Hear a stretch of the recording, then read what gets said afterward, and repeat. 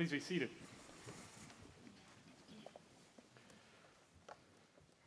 Well, I don't know if you've noticed, but over the past couple of weeks, we have been reading resurrection stories where Jesus appears to the disciples right after resurrection morning. Last week we talked about Thomas, the week before that, Mary at the tomb. We're reading one of the last resurrection stories, at least in the lectionary series today, and it is my favorite.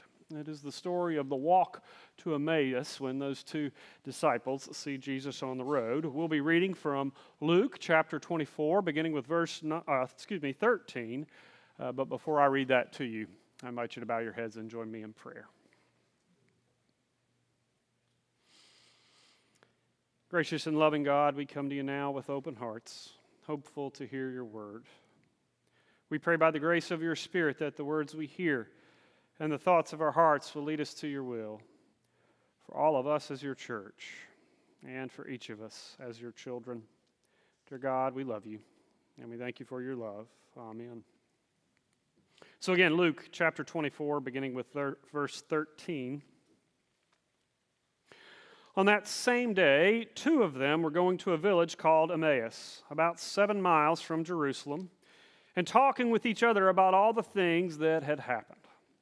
And while they were talking and discussing, Jesus himself came near and went with them. But their eyes were kept from recognizing him. And he said to them, "What are you discussing with each other while you walk along?" They stood still, looking sad. And then one of them, whose name was Cleopas, answered, "Are you the only stranger in Jerusalem who does not know the things that have taken place there in these days?" And he asked them, "What things?" And they replied, "The things about Jesus of Nazareth, who was a prophet, mighty in deed and in word before God and all people, and how our chief priests and leaders handed him over to be condemned to death and crucified him. But we had hoped that he was the one who would redeem Israel. Yes, and besides all of this, it's now the third day since these things took place, and moreover, some of our women in our group astounded us. They were at the tomb early this morning, and when they did not find his body there, they came back and told us that they had indeed seen a vision of angels who said that he was alive. Some of those who were with us went to the tomb and found it just as the women had said, but they did not see him." And then he said to them, "Oh, how foolish you are, how slow of heart to believe all that the prophets have declared. Was it not necessary that the Messiah should suffer these things and then enter into his glory?" Then beginning with Moses and all the prophets, he interpreted to them the things about himself and all the scriptures.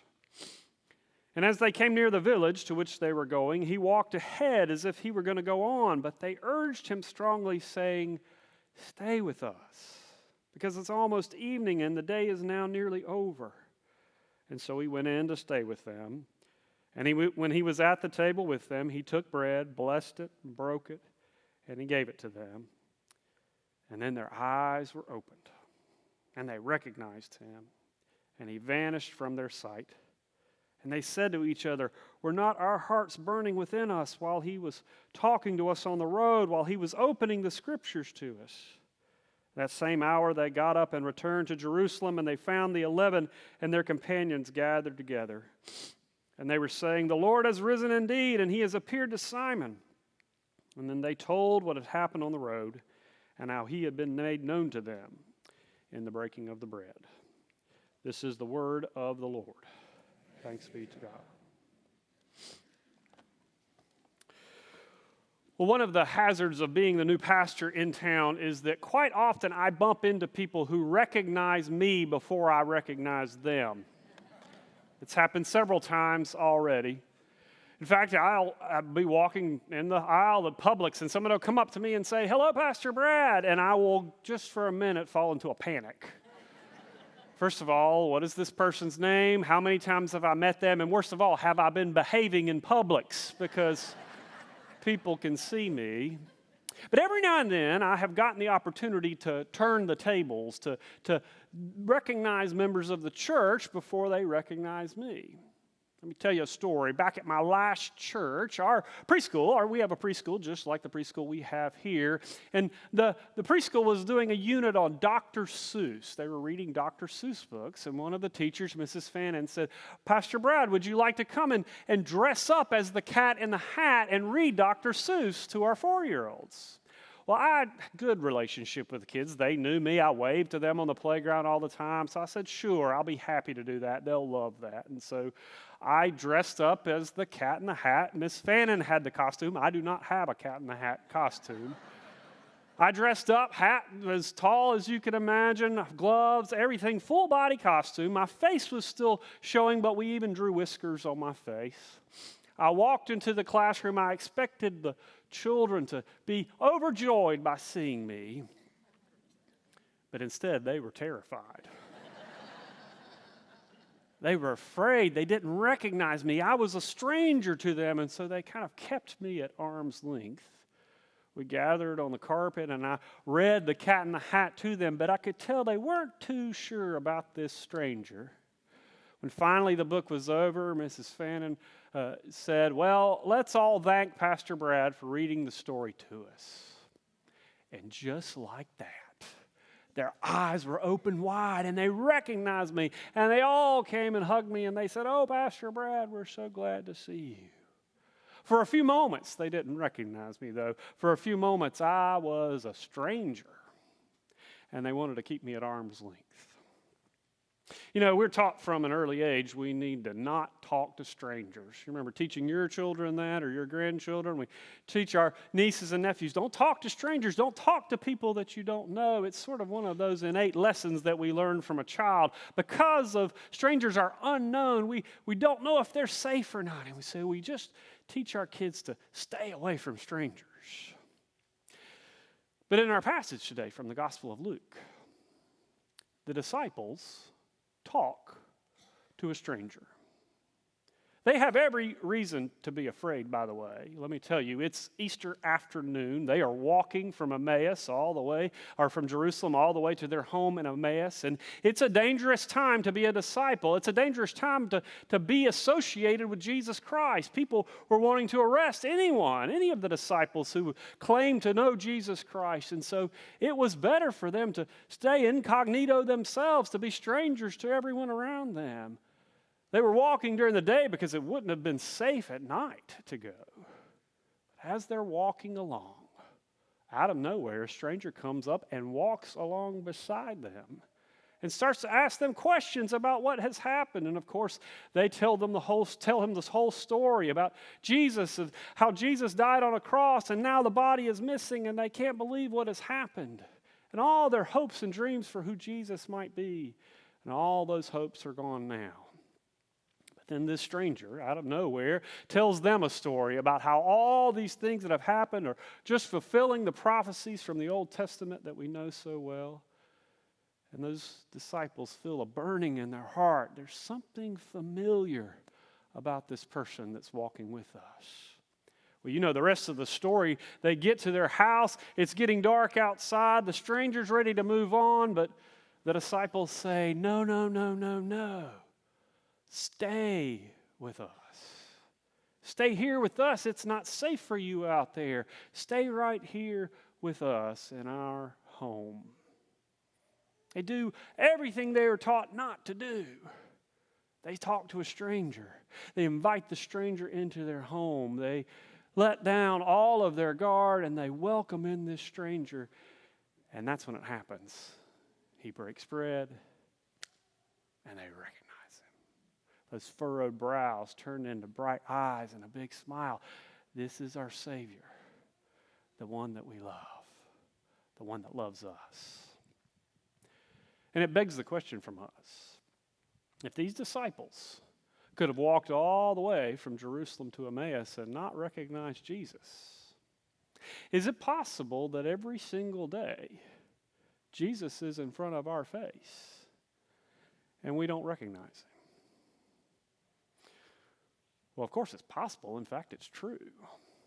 That's the story of the walk to Emmaus, is that Jesus is by our side every day and we do not recognize it. In one of her sermons about this passage, Barbara Brown Taylor says that's really the whole point of this story, that the blindness of the disciples does not prevent them from experiencing Jesus. Jesus doesn't just come to those who know their Bible, but Jesus comes to those who have abandoned the church. Jesus doesn't just come to those who are faithful and strong, but Jesus comes to those who are desolate and downtrodden. Jesus is around us and with us at all times. In fact, she says that the lesson of this passage, the lesson of this story, is the blessedness in our brokenness. That even in our brokenness, we are blessed. Even in the midst of our brokenness and our frailty, when our hearts are broken wide open, even then, we are blessed with the presence of Christ. Now, I want you to know something. I don't like to disagree with Barbara Brown Taylor. She's a lot smarter than I am. But when I am broken, I do not feel blessed. When I'm broken, it is hard for me to see that Christ is with me. When I'm broken, I feel like God has forsaken me, abandoned me, forgotten about me. The last thing that I feel when I am broken is blessed. In fact, the truth of the matter is when I am broken, when I am hurting, when I am broken apart, it's in those moments when the worst of me comes out. It's in those moments where I put up the biggest walls. It's in those moments where I want to hold people at arm's length and protect myself. It's in those moments where my anger and my bitterness and my fear and my bias and my prejudice and all of those things shine through. It's in those moments when I'm so broken that I don't feel blessed and I don't feel like blessing anybody else. But that's the difference between me and these disciples. Because in the midst of the road of walking to Emmaus, these disciples do the courageous thing and open their doors and open their hearts to a stranger. And it's that courage in the midst of their brokenness that allows them to see the face of Christ. They say those words, "Stay with us. Stay right here with us. Here in our house, you will be safe. Stay here. Don't go out there into the dark night." In older versions of the Bible and other translations of the Bible, the word is abide. You know that word. Abide with us. We don't say that word a lot, but it means the same thing. It says, stay by our side. Be faithful to us. Stay with us. Here, abide with us. You belong with us. In a few minutes, we're going to sing a hymn called Abide With Me. Y'all remember that old hymn? It's one of my favorites. It's written by a man named Henry Light back in the 1800s. He was a pastor like we are. He had his own church, and they were a wonderful church, a church that loved Henry deeply. But Henry had had a difficult life. From the time he was a little tiny child, he had gone through medical problems all his life long, ups and downs, times where he was hurting to the point where he really couldn't even serve his church. There were days, believe it or not, where he had to climb up into the pulpit because he was hurting so bad just to offer his sermons. And one day in the midst of all that, as you might be able to imagine, he asked those questions that we all ask when our hearts are broken. He asked, "Where are you, God? Why have you forsaken me, God, after all I've done for you?" But that's when he read this passage from Luke 24. And he read those words from the disciples. Stay with us. Abide with us. And that's when his eyes were opened and he realized, oh, God has been with me every step of the way. Through this church that loves me, through my friends who care for me, for those people who have stayed by my side when I have been ill, they've been with me every step of the way. Oh, God has never forsaken me. And that's when he wrote those words to the hymn that we will sing. Abide with me, fast falls the eventide, so darkness deepens, so with me abide when the helpers fail and the comforts flee. Help of the helpless, Lord. Abide with me. Stick with me. Those disciples open their doors and say, stay with us. An act of courage, incredible courage that allows them to see the face of God. It's that courage within our own vulnerability, within our own brokenness that can allow us to experience God too. But that courage is not just there to give us comfort. It's also a challenge to us. A challenge to us that maybe, just maybe, we need to look for God in the face of the stranger. In the face of all of those people that we would normally hold at arm's length, maybe, just maybe, we need to open our eyes, take a step of faith, a leap of courage, and say, maybe, just maybe, Jesus Christ dwells within this person. The Benedictine monks have a very interesting definition of hospitality. Hospitality for the Benedictine monks is to look for Jesus Christ in the other. That's what it means to be hospitable, to look in their eyes and say, Jesus Christ is within this person. I wonder how our relationships would change if we just had that courage to look for Christ in the other. I know it would require some courage, but it would also provide an opportunity for me to take a chance and build a relationship with someone that I would have always held at arm's length before. It might just change you, and it might just change the world around us. Let me give you a little example. It's an old parable, one of my favorite parables. It's the story of a monastery over in Europe. That for years, many pilgrims came to this monastery. It was so successful, people loved it, but then after a while, something happened, something changed. People stopped visiting the monastery, and the monks there in the monastery started arguing with each other, saying, why is nobody visiting anymore? Why is our monastery not as popular as it used to be? And pretty soon a few of the monks got tired of the bickering, and they left and went somewhere else. And the monks that remained, they were old, and they were bitter and mad at each other because they just knew it was somebody else's fault. Oh, it must be Brother Henry. You know, he never does his work. He always leaves it for everybody else. It has to be him. He's the cause of the problem. Or maybe it's Brother Marshall. He can't even take care of himself anymore. We have to do everything to take care of him. Or maybe it's Brother John. He always just has a bitter word for every person around him.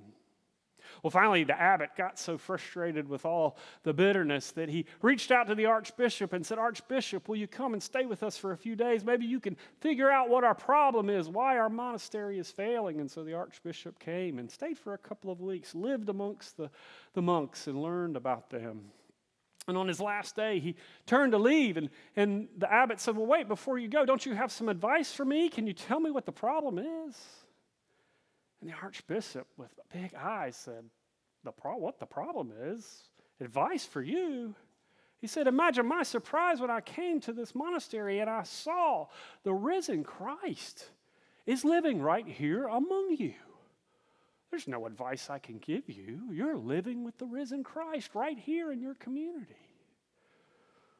Well, the abbot thought that was strange. He went back to the monks and said, the archbishop says the risen Christ is right here in our community. I wonder which one of us it is. Well, they all started debating. Well, it can't be Brother Henry. Oh, goodness gracious. Can't be Brother Marshall. He's too much work. It can't be Brother John with all those bitter words. But as they debated, they thought, you know what? Just in case, maybe we ought to help Brother Henry with his work. Just in case, maybe we ought to surround and take care of Brother Marshall. Just in case, maybe we ought to forgive Brother John. Pretty soon, their attitudes towards each other changed. They started leaning on each other, helping each other, caring for each other. And over time, the whole community changed. People started coming back. Visitors came to see what this monastery had to offer. It became a wonderful, beautiful place once more. And every time visitors would come, they would ask the same question, what's your secret? And they all knew the answer. The risen Christ lives among us. We just don't know which one it is.